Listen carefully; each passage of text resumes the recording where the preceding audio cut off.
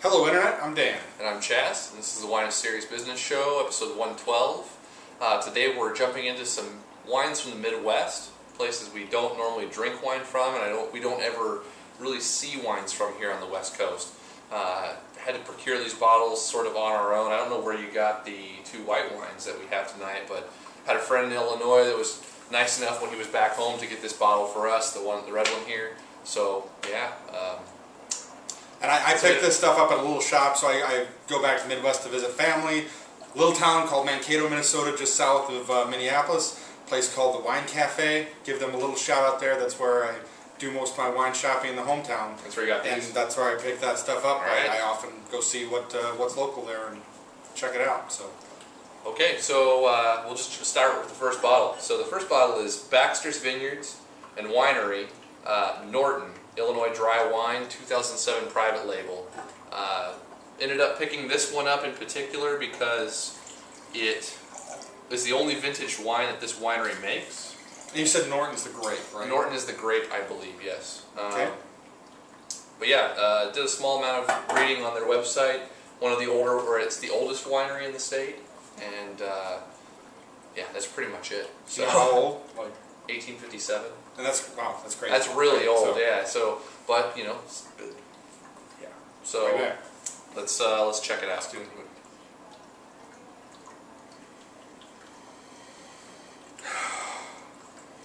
Getting some like dried leathery stuff and like some dried fruits. To me, it's well, maybe it's only because I've my neighbor and then my grandma also had the like container of prunes, right? Like you crack it, it's got kind of like a dried, like the whole aroma of these like old prunes in the tin. I can see that. And sort of comes through the metal as well as the pruny flavor. It's like a leather thing over the top of it. And some solvent stuff here too. That's definitely a little bit of heat, and then a little more than that kind of too. I don't really know what's going on there. They're really weird. I can't honestly say that the nose is that enjoyable, but very, very strange.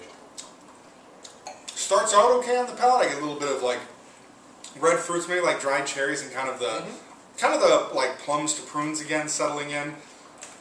So it's really funny actually. Like that sip is probably the most enjoyable. A little, yeah. We got pre-tasted these wines just to make sure they're all okay, up to snuff, but yeah, getting like a little bit of like a dried cranberry or dried cherry, like the thing that you get those sometimes for salads or whatever. It's semi-regular and yeah, enjoyable in that sense. But I just figured something out. Take a really, really tiny sip.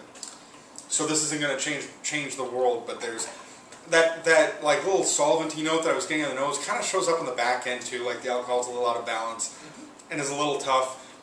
You know, but I will give it that on those little sips, I don't think that element is as strong, and the fruits show a little bit better. Absolutely. And oddly enough, not much for structure here. Like there's no tannins really, no acidity. It's really just sort of fruit. Yeah, and just flavor. a little. Yeah, I'm getting just a tiny bit of tannin. Yeah. Yeah. And it's not. Light. And it is, yeah, kind of like the prunes, kind of like dried cherries. Nothing terribly exciting. Short evolution, very short finish. Yeah, not really feeling it. It's interesting. The first couple of sips, I was kind of getting worked up that like, oh, this isn't going to work. This isn't going to work. But I haven't had a wine like this before, and you know, just kind of wanted to show something that's been going on for quite a while that we weren't familiar with. Kind of what we think of it. Obviously, we're not familiar with what these grapes can even offer. You know, no matter what the situation. And we have no idea. I'm somewhat suspicious that 2007 might be crazy old for this. Like it might be designed to drink within 2 years, and we're catching it on the way down. I would totally believe that. Yeah. As it stands, I'm going to go 78 points on it. Not really feeling it, but that was exactly where I was going to go. 78 points. Just below sort of like. A glass is fine on sort of an educational standpoint. Yeah. And I would drink one to be completely nice, but man, it's I'm not going to seek it out. What I really want to know, if you're familiar with this vineyard or this kind of grape, and we're being idiots for drinking one that's like 5 years old, totally let us know if you're like, no, you got to drink that right on release for it to be any good, because there's plenty of other wine, especially in that price point, that... Yeah, I think this was like $17 or $18, so... Yeah, so let us know. In the meantime, we'll move on to wine number 2. Also want to take a moment here to give a big thanks to a friend of mine, Carrie Geit. She took some time over the holiday break to upload the rest of our videos onto the Wine Series Business blog site. That's huge. Thank you. Yeah. So it took a ton of time to do that, and we haven't really announced that exists officially, but people have already been commenting on it. We both have a lot of work to do before we really want to push that as our main interface as opposed to Facebook, but it exists, and now the tag cloud, you know, if you go and click on 2008, you can see every video we've ever done that relates to a wine from 2008. So works pretty good, yeah. Starting to be a cool resource, and thanks a lot, Carrie, for making that available to everybody. Yeah, much appreciated. That's awesome. We all had a busy holiday, and yeah, it's a lot of work. Thank you. Yeah. All right, so wine number 2, Quarry Vineyards. This is out of Minnesota. This is the Crescent grape. Very few of you probably remember, but way early on, we did some dessert wine made out of La Crescent that Chaz and I both enjoyed. So I wanted to try kind of a fresher version of that wine. This is still semi-sweet, not dessert style. La Crescent is a hybrid that was developed by the University of Minnesota. It's so cold there, a lot of the Vitis vinifera won't survive through the winters, right? It will get warm enough for them to produce fruit, and then they all die. And so that's not economically viable, but growing grapes, right, is profitable agricultural, right? If you can make the wine, if you can sell the wine. And so the university is putting a lot of work into getting flavorful grapes that can survive the winter. And this is one that's kind of done all right in the state. A number of places plant it, and I think there's some good flavors there. I think there's potential for it as the industry evolves.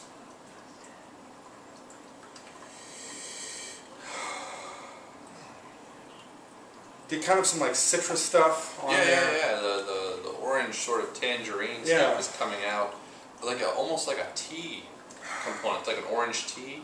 Nice. Wow, that's really good. And like a yellow flower thing, kind of like. The nose is way more interesting when we first opened this. This is maybe it's changed with air. I mean, this is a little bit of bitterness on the nose. So again, kind of like with that floral, kind of like a pungent floral thing going on there.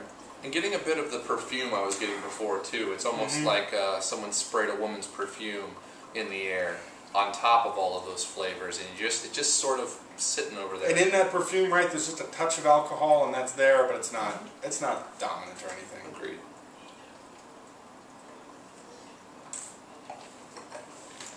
I like how it feels on contact. There's just like this hint of richness, but the acidity is showing itself right away.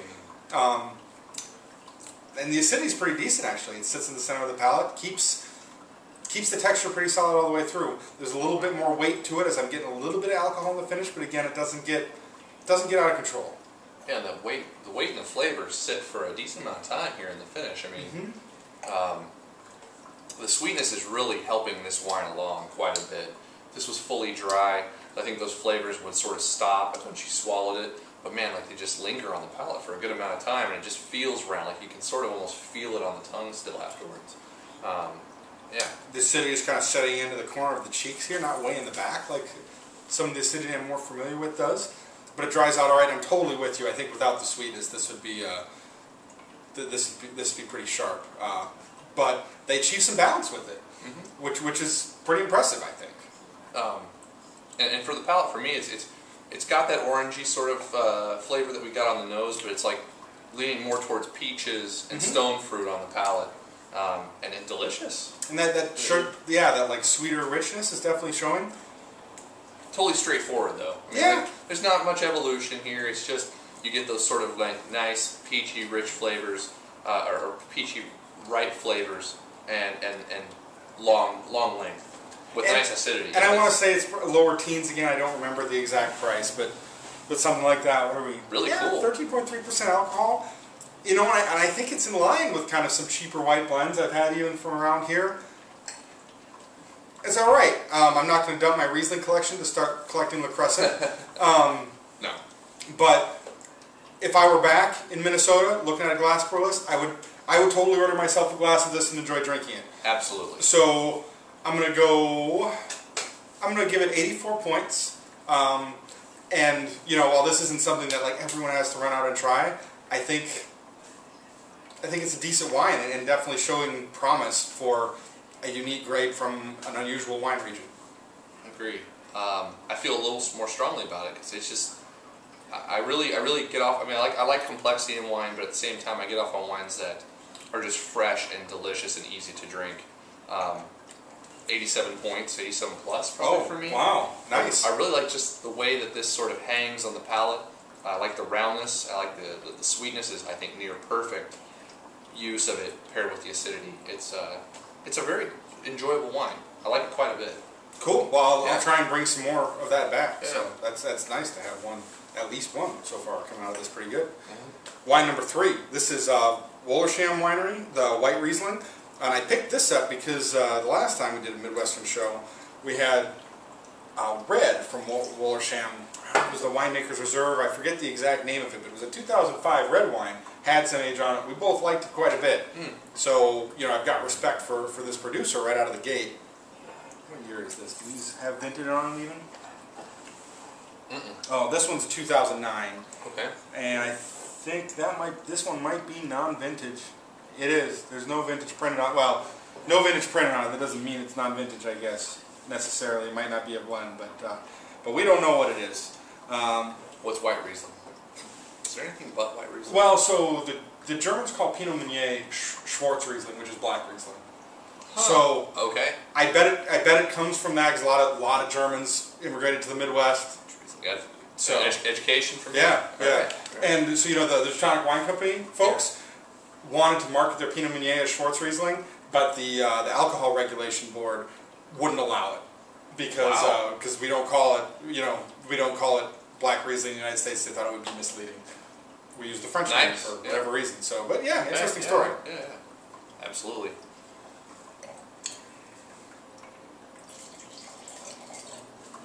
Good. Seems all right on the rinse anyway. Yeah. Yeah, the rinse was nice. All right, let's check it out. Smells a little bit like Riesling, I think. That's kind of nice. Getting a little bit of minerality on there. It's got a heavy stainless tank sort of smell to it. I'm getting a lot of like metallic aromas off the nose. And like some very simple apple flavors. I won't even go into like full green apple, but like kind of ripe red apple, or even kind of like apple juice a little bit. But under like very simple. Yeah. And so almost. For me, the tank, like the stainless tank, is completely overpowering everything. Like you just scrubbed out a tank, which happens sometimes when you're making wine, doing whatever. And you're definitely more sensitive to that than I am. I know you picked that out in Chardonnays too, when you're steel aged. Like you really get that zing. It smells like a tank. It's like, yeah, I don't know. But I mean, you can attribute that to sort of like a metallic minerality as well too. But the apple flavors here aren't off-putting; they're just very light. Yeah, so. yeah.